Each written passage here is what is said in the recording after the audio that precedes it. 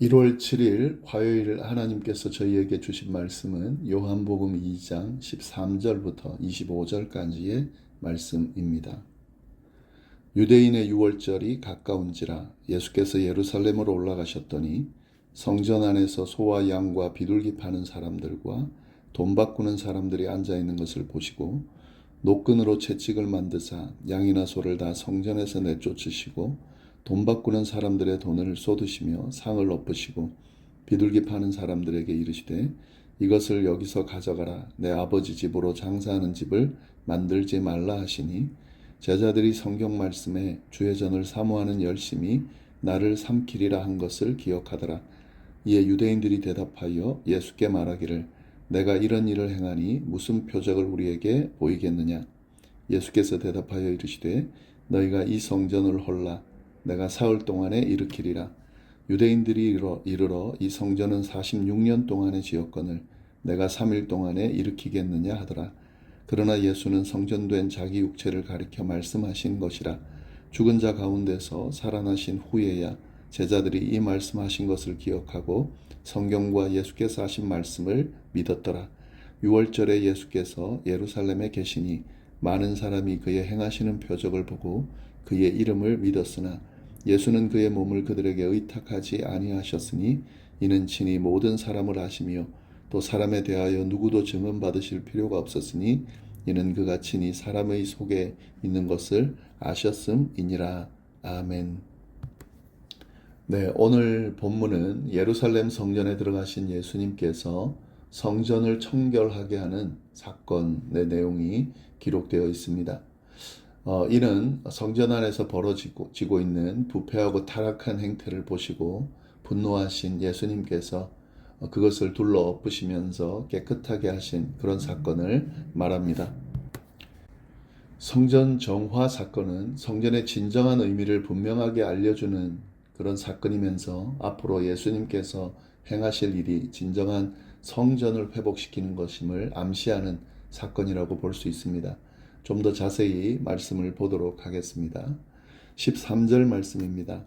유대인의 유월절이 가까운지라 예수께서 예루살렘으로 올라가셨더니 유월절이 다가오자 예수님께서는 예루살렘으로 올라가셨습니다. 유대인 남자들은 1년에 3번 유대 최대 명절인 유월절, 오순절, 초막절을 지키기 위해 예루살렘으로 가야 했는데요. 그래서 예수님도 유월절을 지키기 위해 예루살렘으로 가신 겁니다. 그렇게 예루살렘에 가셔서 성전에 들어가셨는데 성전에서 일어나고 있는 행태들을 보게 되셨습니다. 14절 말씀입니다. 성전 안에서 소와 양과 비둘기 파는 사람들과 돈 바꾸는 사람들이 앉아 있는 것을 보시고 예수님께서는 성전 안에서 소와 양과 비둘기 파는 사람들과 돈 바꾸는 사람들이 앉아 있는 것을 보셨습니다. 이는 당시 성전 안에서 일어나는 모습이었는데요. 유월절을 지키기 위해서 많은 사람들이 예루살렘을 찾았는데 그 중에는 먼 곳에서 오는 사람들도 있었습니다. 이들은 유월절 제사를 드리기 위해서 제물을 준비해야 했는데 흠없는 제물을 무사히 데리고 오는 것은 거의 불가능했습니다. 따라서 여행객의 편의를 위해서 흠이 없는 제물을 성전에서 거래하는 일이 생겨나게 됐고요. 그리고 이때 사용되는 화폐는 세겔이었는데 이 외국 돈에는 율법에 금한 인간의 형상이 새겨져 있기 때문에 화폐를 교환해서 사용해야 했습니다. 그러다 보니까 재물의 매매와 화폐 교환을 위한 환전소가 설치되었고 높은 수수료를 받거나 흠이 있는 동물을 속여서 비싼 값에 되파는 일 등이 그런 죄악들이 성전 안에서 넘쳐나기 시작했습니다. 예수님께서는 성전에 들어가셔서 이러한 형태가 이루어지는 것을 보신 겁니다. 이를 보신 예수님께서는 크게 노하시면서 그런 것들을 둘러 엎으시면서 성전이 어떤 곳인지를 말씀해 주셨습니다. 15절, 16절 말씀입니다. 노끈으로 채찍을 만드사 양이나 소를 다 성전에서 내쫓으시고 돈 바꾸는 사람들의 돈을 쏟으시며 상을 엎으시고 비둘기 파는 사람들에게 이르시되 이것을 여기서 가져가라. 내 아버지의 집으로 장사하는 집을 만들지 말라 하시니 예수님은 노끈으로 채찍을 만드셔서 양이나 소를 다 성전에서 내쫓으시고 돈 바꾸는 사람들의 돈을 쏟으시면서 상을 엎으셨습니다. 그리고 비둘기 파는 사람들에게 파는 것을 다 가져가라고 하시면서 말씀하셨습니다. 내 아버지 집을 장사하는 집으로 만들지 말아라.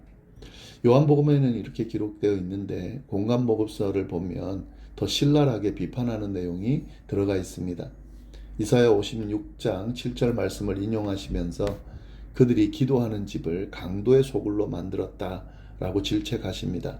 그들은 성전에서 장사를 넘어서 강도짓을 하고 있다라고 비판하신 것입니다. 예수님은 이렇게 성전의 의미를 분명하게 말씀하셨습니다. 성전은 하나님 아버지 집이죠. 하나님께서는 인간들과 만나기 위해서 성전을 허락하셨는데, 그래서 이 성전은 기도하는 집, 다시 말해서 하나님과 만나는 그런 장소입니다. 그런데 인간의 탐욕을 채우는 곳으로 전락이 되어 있으니까 예수님께서 분노하시면서 이를 회복해야 되는 것을 분명하게 드러내신 거죠. 이를 본 제자들의 반응이 17절에 나옵니다. 제자들이 성경 말씀에 주의 전을 사모하는 열심이 나를 삼키리라 한 것을 기억하더라. 제자들은 성전을 깨끗하게 하시는 예수님을 보고 시편 69편 9절 말씀을 떠올렸습니다. 주의 전을 사모하는 열심이 나를 삼키리라 하는 말씀인데요. 이 말은 아버지의 집을 향한 예수님의 마음을 드러내는 것이고요.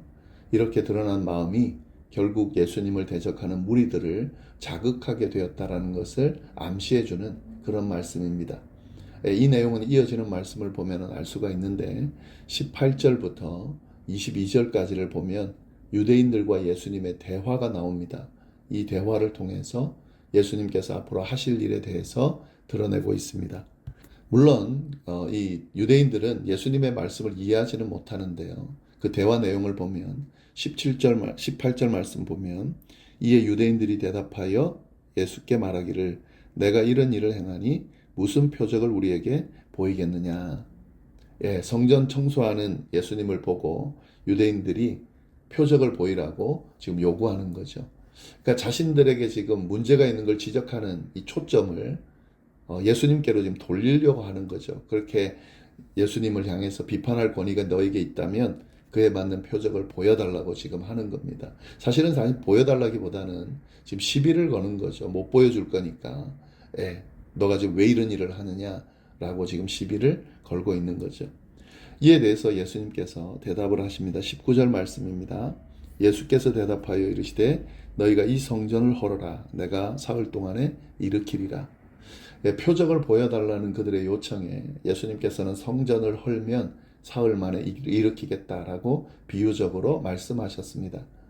이것은 예수님께서 이 땅에 오신 목적, 또 그 목적에 따라 앞으로 하실 일에 대해서 이야기를 한 거죠. 근데 사람들은 전혀 깨닫지를 못하고 있습니다.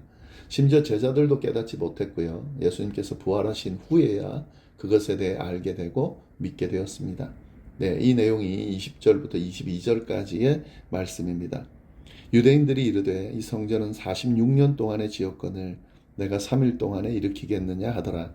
그러나 예수는 성전된 자기 육체를 가리켜 말씀하신 것이라. 죽은 자 가운데서 살아나신 후에야 제자들이 말씀하신 것을 기억하고 성경과 예수께서 하신 말씀을 믿었더라. 예수님께서 사흘 만에 일으키실 것은 사실 성전 건축물이 아니라 바로 예수님의 육체를 의미하는 거였죠.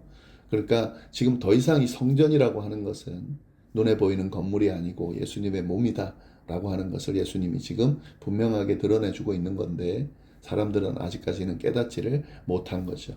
예수님이 이 땅에 오신 목적과 이후에 하실 그 일들이 바로 이걸 의미하는 겁니다.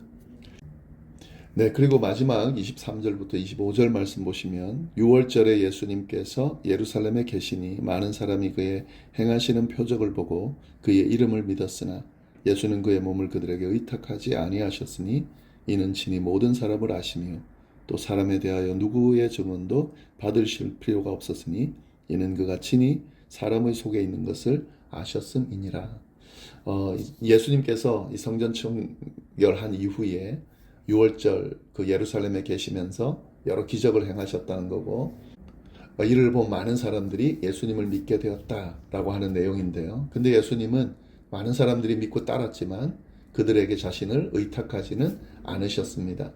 의지하지 않았다는 말인데요.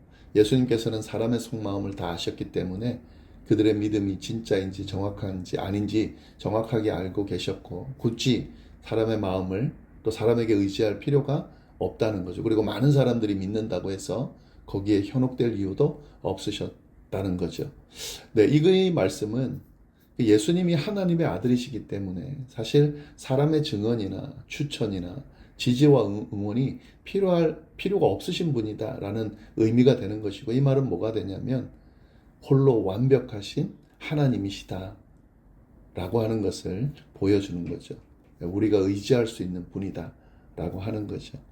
성전이신 예수님, 그리고 그 성전을 다시금 회복시키려 오신 예수님, 그리고 그 예수님은 하나님의 아들, 인간의 증언이나 추천이나 지지나 응원이 필요 없으신 홀로 완벽하신 하나님, 우리가 의지할 수 있는 그런 완벽하신 예수님임을 오늘 말씀이 드러내주고 있는 겁니다. 우리가 이 예수님을 믿고 따르고 있다라고 하는 사실, 이 예수님께 기도하고 있다, 이 예수님을 의지해서 하나님께 기도하고 있다 하는 사실을 우리가 좀 잘 기억하면서 이 예수님을 좀 더 알고 예수님을 좀 더 사랑하고 예수님과 동행하는 그런 삶이 되기를 바랍니다. 기도하겠습니다. 하나님 아버지 감사합니다. 귀한 말씀으로 또 이렇게 하루를 시작하게 하시니 감사합니다. 우리를 구하기 위해 이 땅에 오신 예수님, 성전을 회복시키기 위해 이 땅에 오신 예수님, 완벽하신 분, 우리가 의지하실 수 있는 분, 이 예수님의 존재를 우리가 늘 기억하면서 이 예수님을 더 알고 더 사랑하고 더 뜨겁게 함께 아름다운 교제를 나누며 우리에게 주어진 이런 신앙의 여정을 잘 감당해낼 수 있도록 인도하여 주옵소서. 감사하며 예수님의 이름으로 기도드립니다. 아멘.